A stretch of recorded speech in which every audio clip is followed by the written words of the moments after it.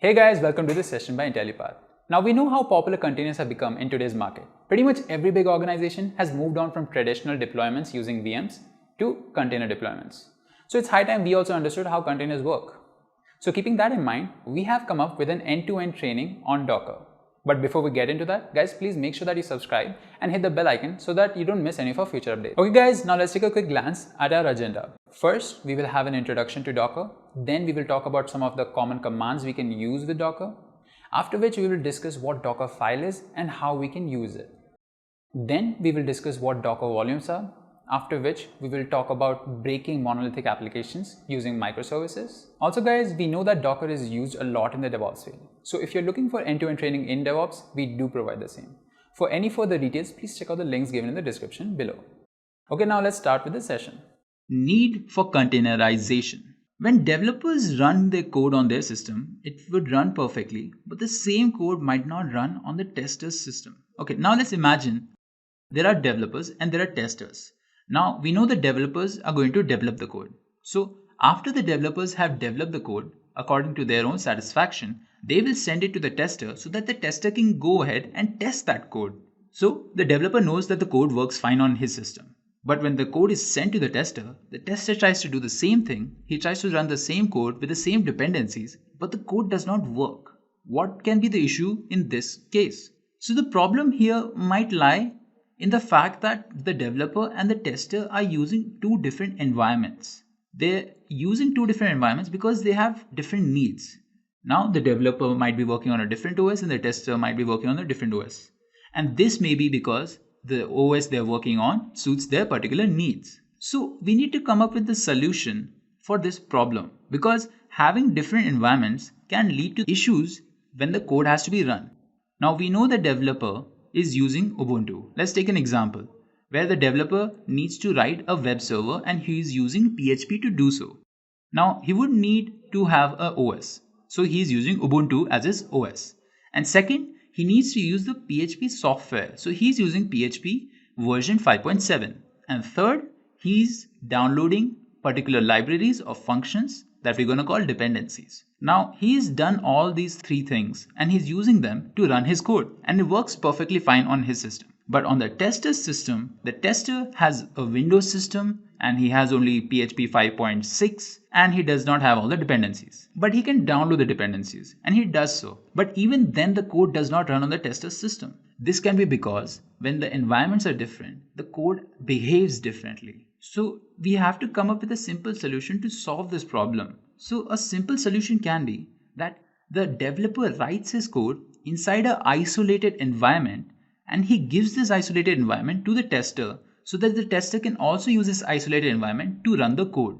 And this is where containers come in. So basically what the containers will do is they will create isolated environments where the code can run. And the containers are portable. That's why they're called containers. They're very similar to the containers that are used in shipping, in docks and in transport business, etc. So similarly, containers can also be used in software development process. The developer can write his code in the isolated environment, that is in the container, and then send this container to the tester so that the tester can run the code. This way, there is consistency maintained between the transfer. That means the developer is using the same environment and the tester is using the same environment. So the chance of the code not working gets reduced. And this way, containers can be very useful in helping us run our code on different systems. And that is why we use containers. VM versus container. VM in this context is virtual machine.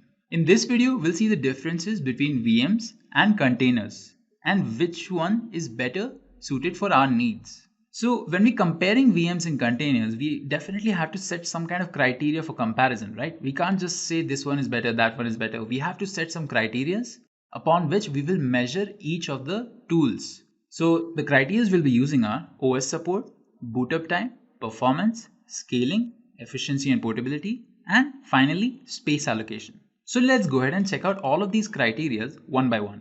Quick info here guys, if you're looking for end-to-end training in DevOps, we do provide the same. For any further details, please check out the links given in the description below. Now let us continue with the session. So the first thing we'll see is OS support. Which one is better at launching OS? Now in containers, what happens is when you're launching a OS using a container, you're only launching a bare bones version of that operating system. Let's take an example. Now, if we have Ubuntu and we want to launch a Ubuntu container, then when we do launch it, we're only launching a bare bones version of Ubuntu. The Ubuntu that is launched only has all the basic functionalities. It doesn't have everything. Whereas when you're working with a virtual machine, you're launching a full-blown guest OS. You're launching the full-blown Ubuntu version with everything there. So in this manner, containers are much better because they're very lightweight and hence they occupy very less space. Whereas virtual machines occupy a lot of memory and space. Boot up time. So basically, containers take very less time to boot up, whereas VMs take a lot of time. Why so? Because containers, when they launch operating systems, they only launch the bare bones operating systems. So they do not need a lot of time to get initialized, whereas a virtual machine launches a full-blown guest OS. So they need a lot of time to initialize this particular operating system. And sometimes they can take time longer than a normal operating system would take to launch on a normal system. And that's why containers can be much better. Performance. Containers have a better performance as they are hosted in a single Docker engine. Now, performance can be much better when you're using a container because again, the same reason.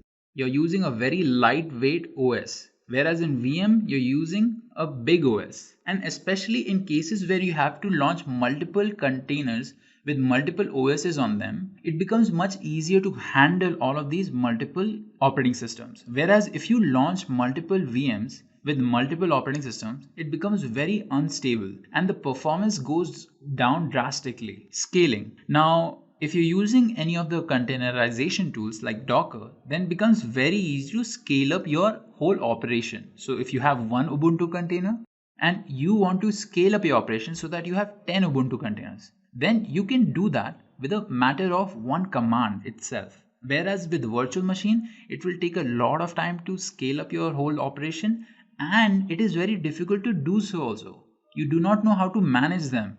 Whereas in container, you can manage the containers very easily using any of the containerization tools. Efficiency. Here we know that containers are highly efficient, whereas virtual machines are not that efficient at all. This is because again, the functionality in the operating systems that are launched using containers is the most basic one and hence they can operate at maximum efficiency. Whereas in virtual machines, they are full-blown OSs and hence can't be as efficient because they do not have access to all the resources they might need. And they have a lot of things that are unnecessary also. And that's why again containers can be very useful when you just want to use the environment of the particular operating system.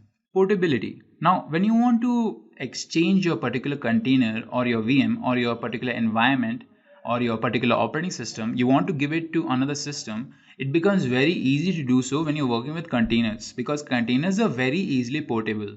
So if you were working with Docker and you wanted to port your container from one system to another, you just had to make sure that you have Docker installed on the other system also. Then you can use the same container in the other system also. Whereas with virtual machine, there are many compatibility issues when you're trying to port your system, when you're trying to port your virtual machine from one system to another. It's a very complex process and it causes a lot of issues. Space allocation. Data volumes can be shared and reused among multiple containers in containers, and whereas in virtual machines, data volumes cannot be shared. So when you're launching multiple containers, you can have an option or a feature where you can attach a volume to one container or you can use that volume and make sure all the containers are connected to it. Basically, you have reusable memory or shareable memory. Whereas in virtual machines, if you have multiple virtual machines, then it is almost impossible to share those volumes with each other in the virtual machines.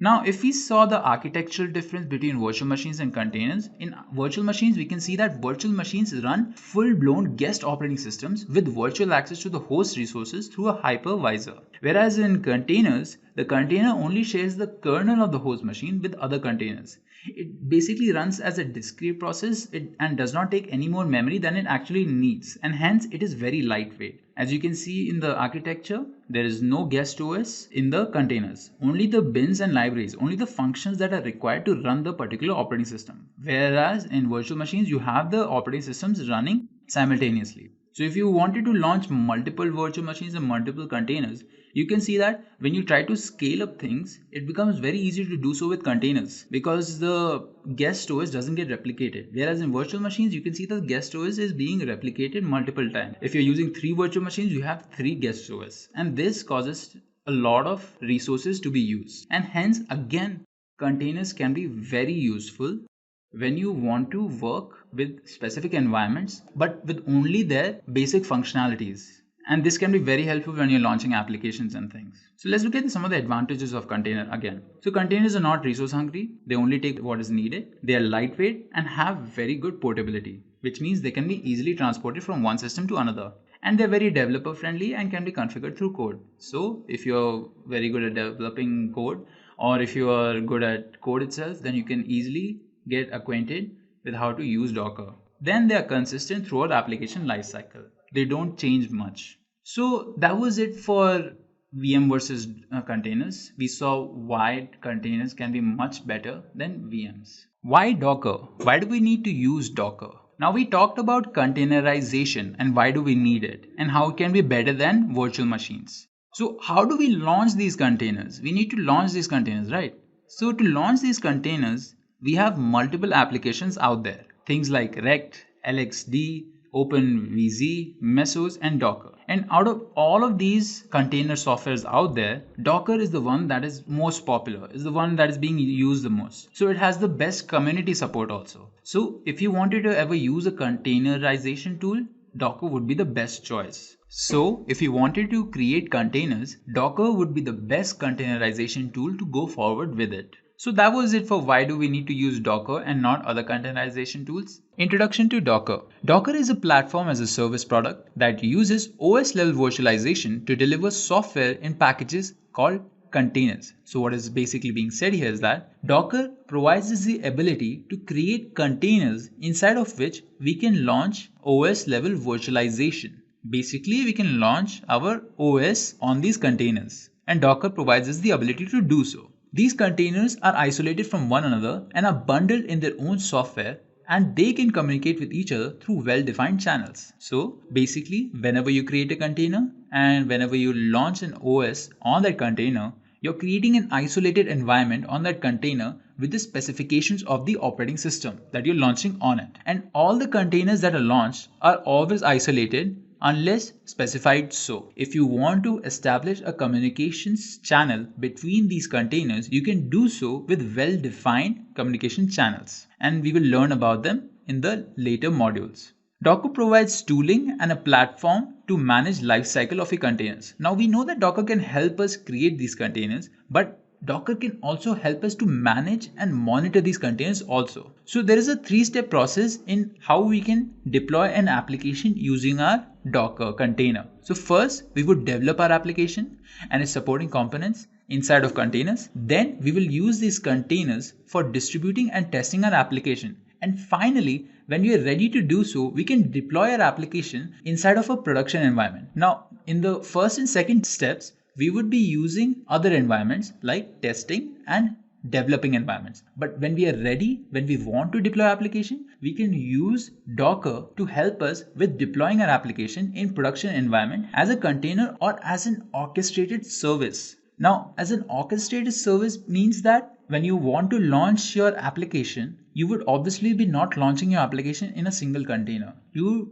will be using different containers, multiple containers for multiple kinds of things, for multiple components of your software. So you need to manage these multiple components and these multiple containers. So for that purpose, you would need to orchestrate, basically manage them, right? So Docker will help us to manage all of these containers, and that is the orchestration process. This works the same whether your production environment is a local data center, cloud provider, or hybrid of two. Doesn't matter which kind of place you'll be launching a production environment, whether it be your local system, a cloud, or a hybrid of both of them. So in this way, in this 3-step process, Docker can help us launch our application. If we were to repeat it, the first thing would be we would develop our application and all its components in the containers. Then we will send our containers for testing and distribution. And finally, when we are ready, we will go ahead for deployment in a production environment. Quick info here guys, if you're looking for end-to-end training in DevOps, we do provide the same. For any further details, please check out the links given in the description below.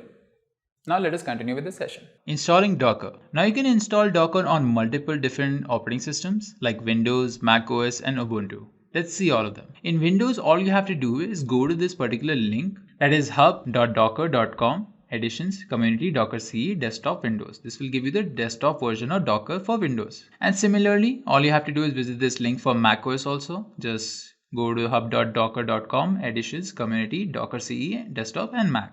This will give you the desktop version of Docker for macOS. And for Ubuntu, it becomes much more easier. All you have to do is type in these two commands, that is update all your repositories and then install Docker. That's it. So let's go ahead and try this. I will head to my instance that I've launched using AWS and I will type in these commands. You can do this by using your own particular system, but for practice sake, I'm using a Ubuntu instance. Sudo apt get update. This will update all my repositories. So then I can go ahead and install Docker. Apt get install docker.io. Okay, that was the Docker installation process for your Ubuntu. Now you have Docker installed. Now if you wanted to see if your Docker will install properly, you would go ahead and use one of the common Docker commands, that is Docker version. Common Docker operations. So one of the first commands we need to know when we're working with Docker is Docker version. So if I come back to my instance, I type in sudo docker -- version. So this command will help me figure out two things. First, the version of Docker I'm using, and second, if my Docker is installed at all. So if I press enter, I can see it tells me Docker version 18.09.7. So now I know my Docker has been installed successfully and my version of Docker. Our next command is pulling the Docker image. A Docker image is basically like a blueprint of the application you're going to be running in your container. Suppose you want to run an Ubuntu container. For that, you would first need to download the Ubuntu blueprint. And using the blueprint, you can then create and launch a container. So for getting the blueprint, we have to use the command docker pull and the name of the image. I'm using the word blueprint because it's easy to understand. In reality, we call it image. So let me try that with Docker. So I will type in sudo docker image sudo docker pull and the name of the image. The image I'm going to be pulling is for Ubuntu. So let me type in Ubuntu over here and then press enter. So it's going to be using the default tag that is the latest. You can mention which version of Ubuntu you also want. If you don't mention anything, it will take the latest version of Ubuntu that is available on the Docker registry. So as you can see, it pulled my Docker image. So using this command docker pull and the name of the image, I can pull the image which I want. If I want to pull Ubuntu's image, I will type in Ubuntu and I will get Ubuntu's image. Then using this image, I can go ahead and launch a container. So if I wanted to see where my image is and which all images I have, I'm going to type in the command docker images. So type here sudo docker images. Let me type that again. So after I type in this, I can see there is a particular table over here. First, the repository. It tells me which repository I've downloaded. I've downloaded Ubuntu, and the tag that is latest, the image ID. This is the ID of the image. It was created 5 weeks ago. That means the latest version was uploaded to Docker registry 5 weeks ago. And the size, it is 64.2 MB itself. As you can see over here, the image of Ubuntu is very light over here. Instead of being 1 GB or 2 GB, it's only 64 MBs. So that means only the basic, very basic functionalities are over here. And you can get these information by using the command docker images, which will list all the images you have in your current instance. So if I wanted to go ahead and install or pull an image for Nginx, which is another software, I can do that. Sudo docker pull Nginx. As you can see, it's using the latest tag again. And now it tells me the status that we have downloaded the newer image for Nginx. So if I clear the screen and if I type in sudo docker images, then I can see all the images I've pulled. I've pulled two images, that is first one is Nginx and the second one is Ubuntu. Now we will learn how to run a container, how to create a container. So to create a container, we will be using the command docker run the name of the image, and we will be using certain flags with it also, like -it and -d. So I'll come back to my instance and I will type in here sudo docker run. This will help me to run my container. Then as you remember, I have to mention the image name. But there are some flags also I need to mention. So I will mention the first flag, that is -it. Basically, it will make my container interactive. And the second flag, -d. This will basically make my container run detached. Basically, it will make my container run in the background. So I can access it whenever I want, not just after typing this command. And finally, I'm going to mention the name of the image I'll be using. I'll be using the Ubuntu's image. So I will type here Ubuntu. So it was as simple as that. Just type in docker run the -it flag, the -d flag, and the name of the image. If I press enter, I can see there is a number created over here. So this number corresponds to the Docker container that we created. So our next command is docker ps. So if I type over here sudo docker ps, then this command will show me all the containers that I have created. Now, when we typed in sudo docker images, it shows us all the images that we created. But with sudo docker ps, it will show us all the containers we created. So as of now, we only created one container, and that container is over here. Let me make it a bit more clear. So you can see the container ID, that is this one. Then the name of the image, that is Ubuntu. The command bash, created 41 seconds ago. And the ports, if you mentioned any ports. And the name. Now the name it gave is a very generic one. As you can see, Gracious Benz. This is a randomly assigned name. If you do not mention any name, then there will not be any name mentioned for your container. There will be a random name mentioned for your container. If you wanted to mention a name, all you have to do is type in the same thing again, sudo docker run, and with the it flag and -d flag, what you can do is type in --name. So this is the name flag, and mention the name of the container you want to run. So I have a container right now called Gracious Benz. I want to create a container called my sample container space and the name of the image. So this will create a second container for me, another container with the name my sample container, and it will be using the Ubuntu image to make that container. If I press enter, and then if I type in sudo docker ps again, I can see that I have two containers running on this particular system. The first one is my sample container and second one is Gracious Benz. So if you ever wanted to mention the name for your container, you would go ahead and use the flag name and then mention the name of your container. Okay, now let's clear the screen. So the next command is docker psa. Now what would happen if I wanted to see all my Docker containers? As of right now, if I type sudo docker ps, I can see there are only two containers because we only created two containers. But what if one of the containers stopped and it wasn't showing over here? So basically when you type docker ps, it only shows you all the containers that are already running. Any stopped container will not be shown over here. So if you wanted to see any of the stopped container, then you will type docker ps and -a, which will list all the containers, any containers that are there. So as of now, we don't have any stopped containers. We only have these two containers. So if we wanted to go inside a container, then we would go ahead and use the command docker exec. Let me try that. Sudo docker exec. Then I will mention the flag -it, which will make the container interactive. Then I will mention the name. I will go inside my sample container.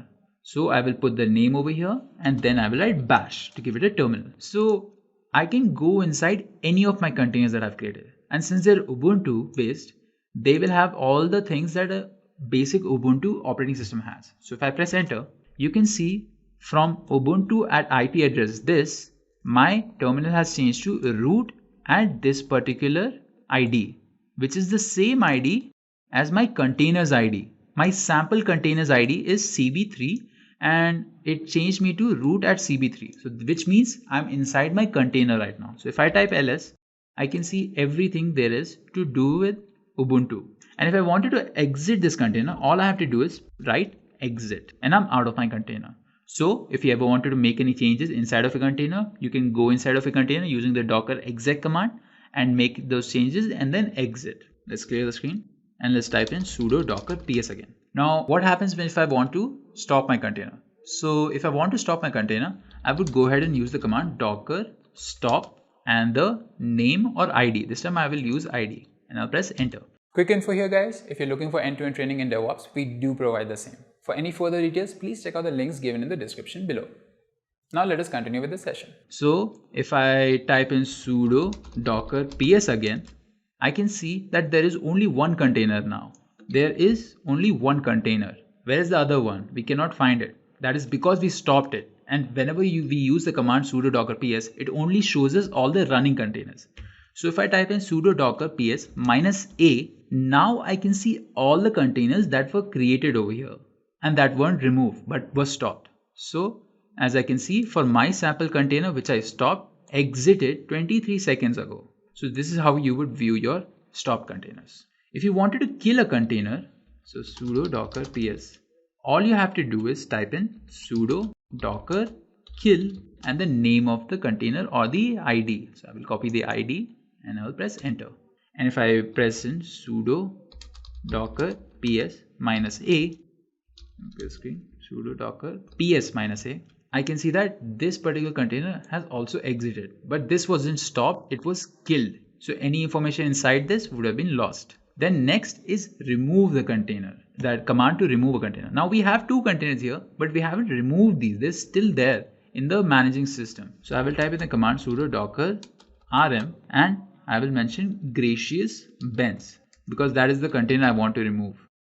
As you can see, it tells me the name again, which means if I type in sudo docker ps -a, I can see that that container is not there anymore because I removed it. Now, if you wanted to remove an image, if you wanted to remove a blueprint or an image you downloaded, then you would go ahead and use the command docker rmi. Instead of rm, you're just putting an I over here for the image, and then you would paste in the image ID or the name of the image. Let's try that. So I will type in sudo docker images. This will list all the images I have, and now I want to remove the nginx image. So I will type in sudo docker image, rmi and the name of the image. I can put in the name of the image or I can put in the ID of the image also. Both of them work. I press enter and it will untag it and then will delete it. So if I type in sudo docker images again, I can see that only Ubuntu is here because we removed nginx. So those were some of the most common commands you would be using with Docker. Basically, they will help you to launch a container, pull an image, launch a container using that image, then learn how to stop it, kill it, remove it, and you can go inside that container, etc. Saving changes to Docker. Now guys, let's go ahead and see how we can save changes to Docker. Let's try to accomplish the following example with a container and see how we can commit this container into an image. Okay, let's take an Ubuntu container and we will go inside the container and install Apache server on it, and then we will come out and save it so we can push it to our Docker registry. Okay, I'm going to go to my instance over here. Make sure you have Docker installed and make sure you have updated the instance. So first I will type here sudo docker pull and the name of the image. So I will pull Ubuntu.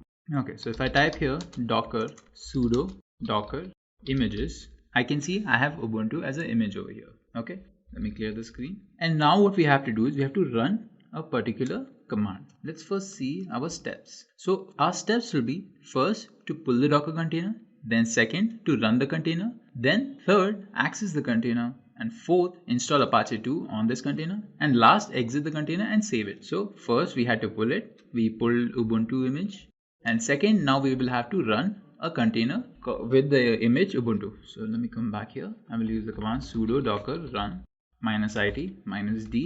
Then I will give it a name. I will call it Ubuntu container. Then I will give the name of the image I'm using, that is Ubuntu itself. So if I type in sudo docker ps, I can see that I have created a Ubuntu container. Now what we have to do is we have to enter this particular container. So we can enter this particular container using the command sudo docker exec -it, and the name of the container we can go with Ubuntu container, or we can put the ID of the containers. Put the ID and I'll write bash. Now I'm inside the container. The next step is to install first update and then install Apache 2. So I'll come back. Now I'm inside the container, so I'll type in apt get update. I don't have to type sudo because I'm already root access when I enter the container.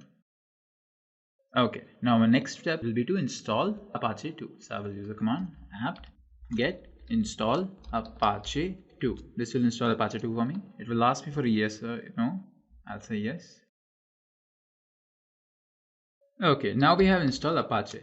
So now we have made the changes we needed to make. That is, install Apache 2 in our container. And now we can go ahead and commit this particular container to create it into a new image. So our next task is to commit the container. So what we did was we updated our container. Then we installed Apache 2 server. And now what we will do is we will exit the container and we will commit this container. So committing this container, what it will do is it will basically Docker will look at this container and it will see there are a few changes made in this container. So it will take this new container with the changes made in it and make it into an image. So the new image that is being made is different than the image we pulled. So Ubuntu's image that we pulled, if I type here sudo docker images, so you can see Ubuntu is the image we pulled.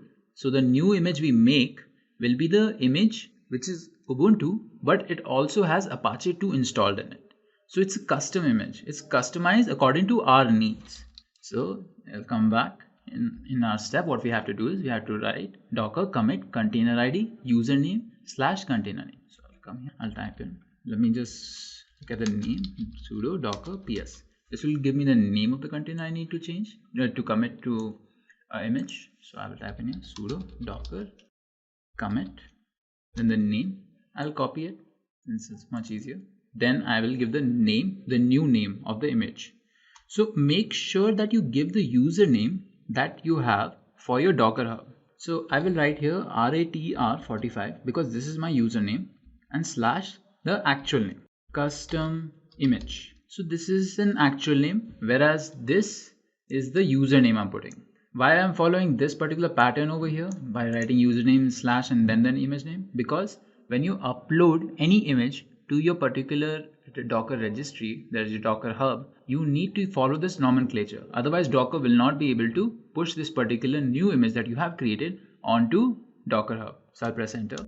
So it has created the new image for me. So if I type in Docker images, and let me add sudo here, I can see there's a new image created here. That is RATR45 custom image and the name of the image and the size also. The size is increased compared to Ubuntu because we installed Apache 2 in this. Okay, now let's go ahead and try and push this particular image onto our Docker Hub. So to do that, what we have to do is we have to give in the login credentials to this particular system so that Docker can log in and then we can push these images. So let me clear the screen and I'll put in the command sudo docker login and I will mention the username. My username here is RATR45. Press enter. It will ask me for a password and I will give it a password. Okay, now my login has succeeded. Now all I have to do is push my particular image onto Docker Hub. For that I will type in sudo docker push and the name of the image I want to push. So the name of the image was, let me just check that one out, sudo docker images, and then I will type in sudo docker push and the name of the image and then press enter. Okay, now we have pushed our particular image onto Docker. We come back to our Docker Hub and here we can see this is my username over here. If I click on it, click on my profile, it will take me to my profile. If I click on my repositories, it will take me to my repositories. And inside my repositories, I can see there is something called RATR45 custom image. This is the custom image that we created. And now what we have done is we have pushed it onto our Docker repository or Docker Hub. Now if we wanted to pull this particular image, then all we had to do was docker pull and we give this name. So let me try that. First we will remove it. I will clear the screen. Then I will type in sudo docker images and I will remove this particular image. Sudo docker rmi to remove and the name of the image. So I have removed it, which is not there anymore. So if I wanted to pull it again, I would type sudo docker images, sorry, not images, sudo docker pull and I will give it the name RATR45 custom image. And as you can see, it's pulling my image. So if I type docker images with sudo, I can see my RATR custom images now here. Okay guys, this is how you will go ahead and do save your changes and then commit them and then push them onto Docker Hub and then pull them back also. And this is very helpful when you're working with people and you want to share your image with them, with your team or with your organization, etc. Docker Container Lifecycle.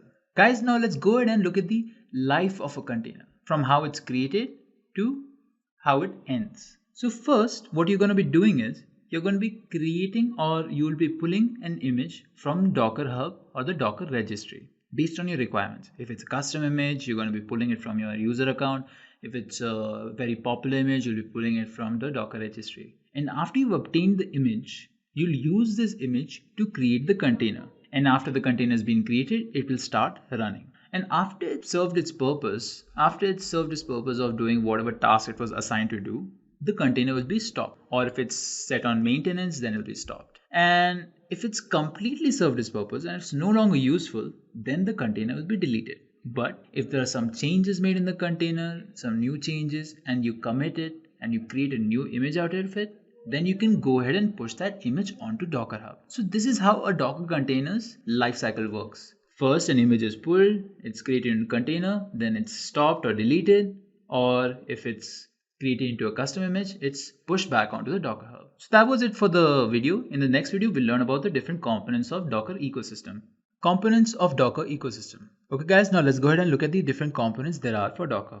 So you have Docker Hub, Docker Engine, Docker Image, Containers, Docker Volumes, Docker File.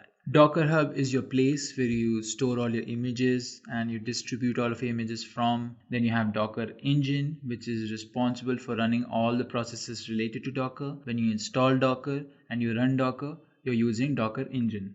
Then you have Docker Images. So Docker Image is the component where you use a blueprint for a particular software and you launch a container of it.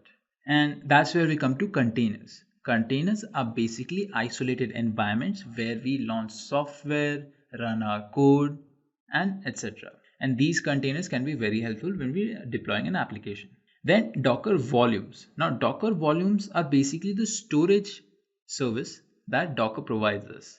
Anytime we create a container and we want the data that we have, put in our containers, or any extra data that we need to use in our containers, and we want it to be stored permanently, then we would use Docker Volumes. These are virtual volumes that created using Docker, and they can help us in sharing data between multiple containers, sharing data between container and host, etc. They basically allow for easy portability of content and for storage of content. Then you have Docker File. Now Docker File is a file which we can use to define an image. Now we know how to create a custom image, right? We go into containers, we make the changes, but we come out and we commit it. So it becomes a new image. But instead of doing all of this, what we can do is we can write a file, and in that file, we can mention all the details we want in our image. So instead of going through the whole hassle of going to a container and adding those softwares and then committing it, what we can do is we can just write a file, a metadata file, in which we will mention what kind of image we want, and then what kind of changes we want in it, and what are the configurations or networks, whatever we want to add, we will add in this particular Docker file. And then we will build this Docker file and create a Docker image. And these are the components of the Docker ecosystem, which are very important as a concept when you're working with Docker.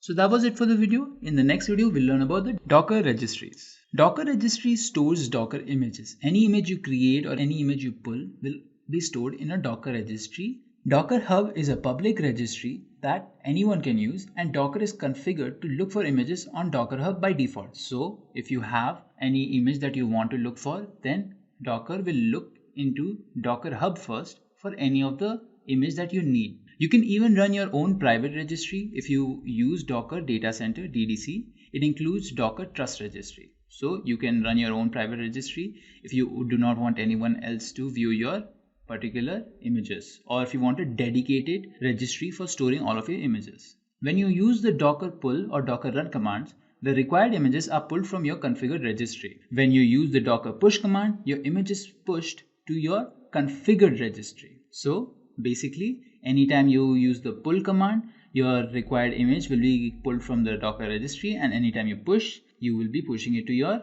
configured registry, your username, if you wanted to push it there. Docker Hub is a service provided by Docker for finding and sharing containers with container images with your team. So if you've created custom images and you want to share it with everyone, suppose you have developing team, you have the testing team, and you're the DevOps engineer, Then you want to share your Docker image with all of them using Docker Hub. Basically, you will upload the image to Docker Hub, and anyone who wants to use it will download it from the link that you give them. It is a central public Docker registry. The service is free, but images would be public, which means that anytime you want to make a private one, you will have to get the DDC or DTR private registries. Otherwise, any image you upload will be public. Docker Hub is responsible for centralizing information about user accounts, images, public namespaces. It has different components like web UI, metadata store, comments, stars, list, public repositories, authentication service, tokenization. So if we come back to our particular Docker dashboard over here.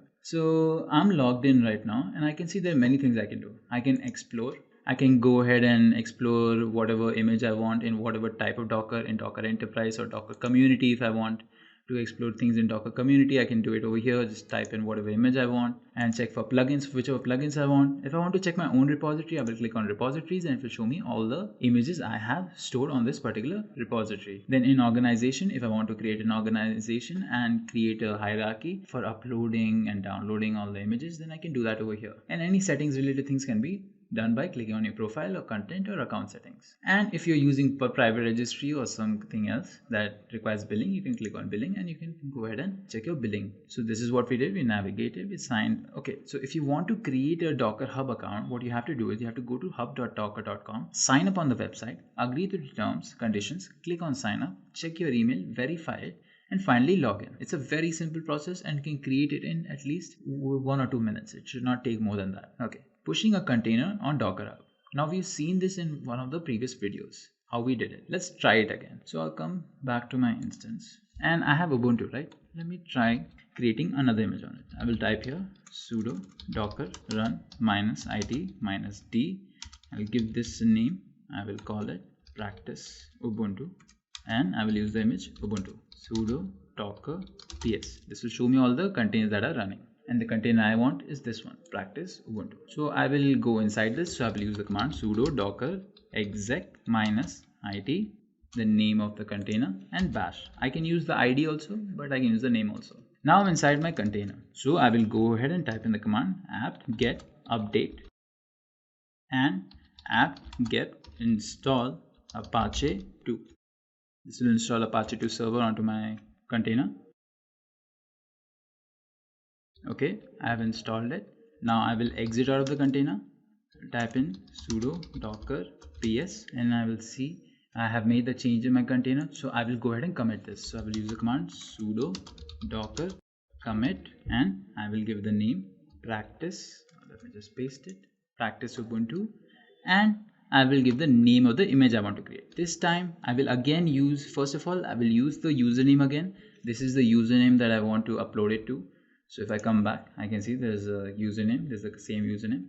So this is the nomenclature we're supposed to follow. Give the username and give a slash, and then you need to give the name of the proper name of the image. So I will give it here a video practice. Okay, before we do all of this, we need to do one more thing. What we need to do is we need to do docker login. So I'll come back here. I will type in sudo docker login. So right now what it did was it used my existing credentials to log in. If I didn't already have them on this particular system, then it will prompt me for them. So if I tried this again, but this time I give it my username, it will ask me for a password and I will give the password of this particular account. So it will tell me that the password was stored in this particular location. And similarly in the previous step, it just took all my credentials from this location. So I don't have to type in this particular username every time and the password. So it gets stored and you can automatically do a docker login. So we have logged in. Now all we have to do is we have to type in the command sudo docker push. Wait, before that we need to commit our particular container. So I will commit my container. My container's name was practice Ubuntu. And I have to rename it. So I will rename it as this. This is the nomenclature. We follow username slash the name of the image. We'll call it practice image. So this is created my practice image. Sudo docker images. If I do, I can see my practice images over here. And now we can go ahead and push our image onto Docker Hub. So I will type in sudo docker push RATR45 slash, and I will put in the name, that is practice image. This is pushing my image onto my Docker Hub. Okay, it tells me that it is uploaded it. If I come back to my particular account, Docker Hub, click on repositories and then refresh, I can see that there is a second image over here, that is a practice image. Now if I wanted, I could share this with any of my team members or anyone I wish to. Since it's public, anyone can view it, but if it was private, then nobody else could view it other than those people who have wanted to see this. So if you wanted to pull this, we can use the pull command and pull this particular image. Docker Engine. Now let's discuss everything to do with Docker Engine. So Docker Engine is a client-server application with these major components, that are Docker CLI, that is the client, and the REST API, and the server, Docker daemon. Now basically your Docker Engine is the one that is responsible for running everything that is related to your Docker. The CLI uses Docker REST API to control or interact with Docker daemon through scripting or direct CLI commands. The daemon is the one that creates, manages all the Docker objects such as the images, containers, networks, and volumes. So in all of these components, so Docker daemon or the Docker server is the one that is responsible for doing all of the tasks we require, that is creating images, containers, networks, or volumes. And CLI basically uses the Docker REST API to control or interact with the Docker daemon. So we'll be using the CLI. So basically, if we access the CLI using the REST, then we'll be able to control the Docker daemon. A server, which is a type of long-running program called a Docker process. So basically, any process that has been running for a long time, it will be called a Docker process. A REST API, which specifies interfaces that programs can use to talk to daemon and instruct it what to do. And a CLI is a command line interface, basically. So that was it for the Docker Engine video. In the next video, we'll be learning about Docker images. So guys, in this video, we'll see what are Docker images in detail. An image is an read-only template with instructions for creating a Docker container. Often, an image is based on another image with some additional customization. Like we saw in previous videos, a lot of times we can create custom images. Like Ubuntu was a default image, and then we customized it, we created our own image, and then we uploaded it. For example, you may build an image which is based on Ubuntu image, but installs Apache web server and your application, as well as the configuration details needed to make your application run. Now, we did it in a custom way. What we did was we went in the container and did all the changes. But instead, what we could have done is we could have used a Docker file to do this. So inside of it, we will learn about Docker file, in which we will learn that how we create the images by writing all the details about the image. And then we will create the image by building that Docker file. So that was it for Docker images. In the next video, we'll be learning about containers. A container is a runnable instance of an image. You guys already know this. Basically, container is an image that is running, an application that we are running, an isolated environment that helps us to run our code or launches software. You can create, stop, start, move, delete a container using Docker API or CLI. You can connect a container to one or more networks, attach storage to it, even create new image based on the current state. We will learn how to create networks, create storage, and attach to the containers in the coming modules. By default, a container is relatively well isolated from other containers and its host machine. You can control how isolated a container's network, storage, or other underlying subsystems are from the other containers and from the host machine, which we will look at all of these things in the coming modules. That was it for this video. In the next video, we'll be learning about Docker volume. Docker volumes. Volumes are preferred mechanism for processing data generated by and used by Docker containers. Now, volumes are basically a storage system that we use by connecting them to containers and saving any data that we want to on these particular volumes. You can manage volumes using Docker CLI commands or Docker API. Volumes work both on Linux and Windows containers, and they can be safely shared among multiple containers. So if you have a single volume, you can share them among multiple containers without having any performance issues. And you have volume drivers that let you store volumes on remote hosts, cloud providers, to encrypt the contents of the volume and to add other functionalities. Now we will learn about these different drivers we can use to create remote hosts and cloud providers, and we can learn how to encrypt the contents of the volume also. So that was it for this video. In the next video, we'll be learning about Docker file. Docker can build images automatically by reading the instructions from a Docker file. Now, we discussed this in the previous videos. Basically, instead of going into a container and making changes, then what you can do is you can create a file in which you write all the instructions that are needed to create an image. A Docker file is a text document that contains all the commands a user can call on the command line to assemble an image. So you can use command lines to make this image, and you will write those command lines into this Docker file, which is called Docker file. Using Docker build, users can create an automated build that executes several command line instructions in succession. So this reduces the time we need to create a custom image, and we can create very complex and comprehensive images using Docker file. So a lot of commands we can use in Dockerfile, like from, add, run, cmd, entry point, and env. Let's look at all of these one by one. So the first command we have is from. The from keyword is used to define the base image on which we will be building. So when inside my Docker file, I would first mention from and a already existing image. Now you can use any of the default images that you want to configure. Like if you wanted to configure Ubuntu to have Apache installed in it, then first inside of this Docker file you will write from and the name of the image. Right now we'll be using Ubuntu.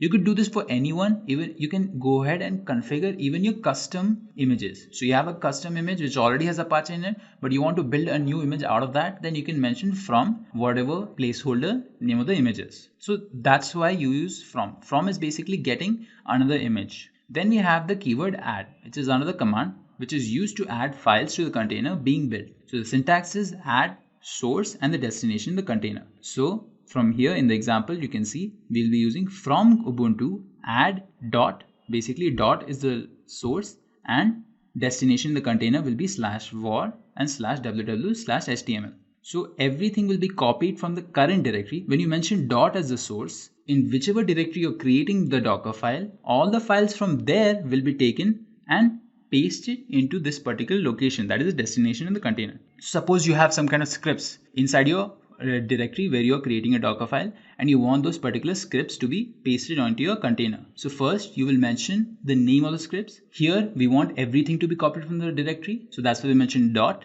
If it wasn't for that, then we would mention the name of the scripts we want to copy.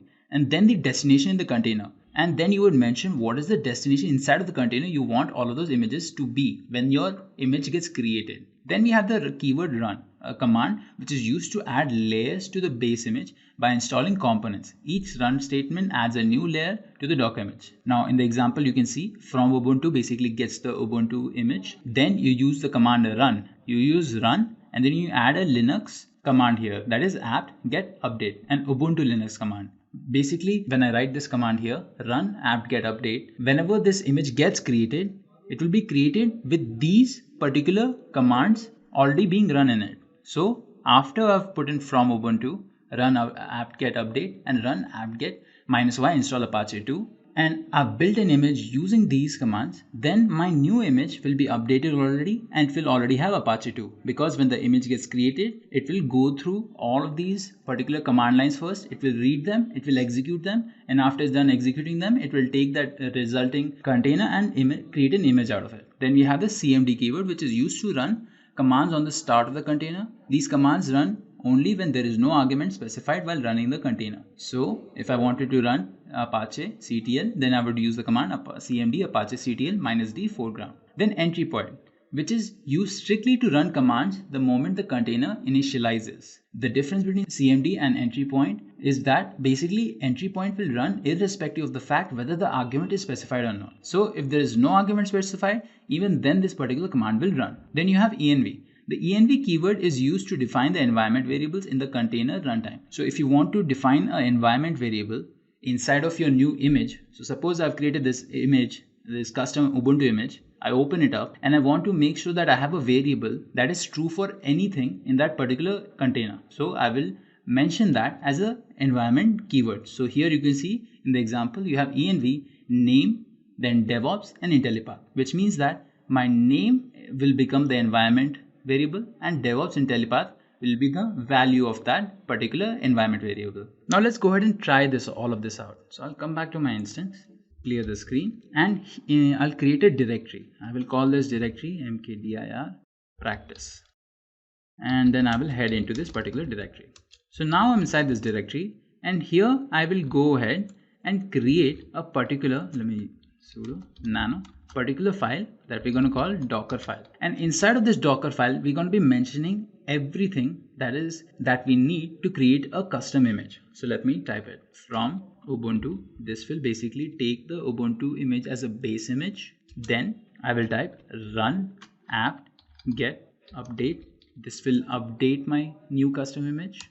Then I will type run apt get install -y and Apache 2. This will basically run and install Apache 2 on my new custom image. Then I will go ahead and add the command add dot space slash var slash www slash html. So if I had anything that I wanted to add, and like scripts or something inside the directory called practice, then I will go ahead and add it into this particular directory in the container. And then I will give it an environment variable and I'll call it name, and I will type in Devops as the value of the environment variable name. And that's it. This is just a simple Docker file which will help us build a custom image out of the Ubuntu image. Let me save this and exit. Now the next thing I have to do is, if I ls, I see the Docker file here.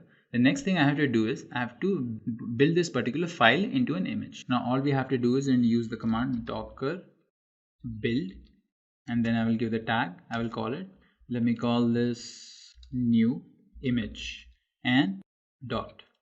This will check for the Docker file. Otherwise you can mention the name of the Docker file. As you can see, it's executing all of the commands we wrote inside our Docker file, and it's performing all the tasks we asked it to. It's updating it and installing Apache in it.